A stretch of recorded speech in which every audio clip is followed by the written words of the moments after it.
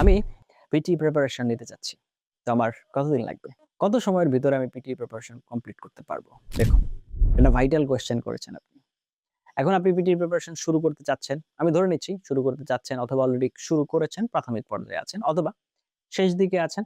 এখন বুঝতে পারছেন না কোন দিকে যাবেন। এক সঠিক গাইডলাইন এর জন্য এই ভিডিওটা দেখছেন আমি বিলিভ করছি বা আমরা প্রিভিয়াস কাজ করতে যেটা দেখেছি যে আমরা ধরে নিচ্ছি আপনি এরকম কোন একটা পর্যায়ে আছেন। তো আমরা ১ম এ যেটা চেষ্টা করব সেটা হচ্ছে যে আপনি পিটি প্রিপারেশন নিবেন। তো পিটি প্রিপারেশন নিতে আপনার কতদিন সময় লাগবে?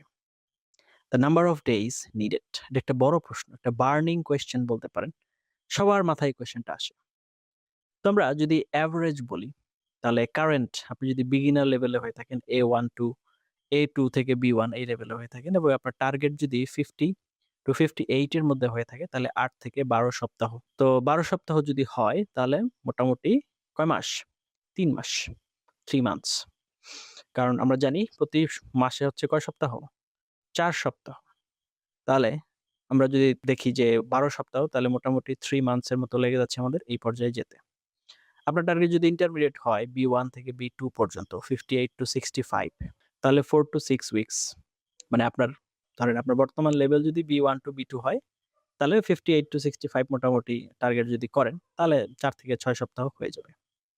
আপনার আপার ইন্টারমিডিয়েট একটু ভালো B2 বা তার চাইতে একটু বেশি 65 টু 79 ৩ থেকে ৪ সপ্তাহের মধ্যে হয়ে যাবে। অ্যাডভান্সড আপনি যদি C1 লেভেলে হয়ে থাকেন তাহলে 79 প্লাস যদি টার্গেট করেন 2 টু 3 উইকস এর মধ্যে হয়ে যাবে। If you can study 3 to 4 hours daily এটা কিন্তু খুবই গুরুত্বপূর্ণ একটা কন্ডিশন।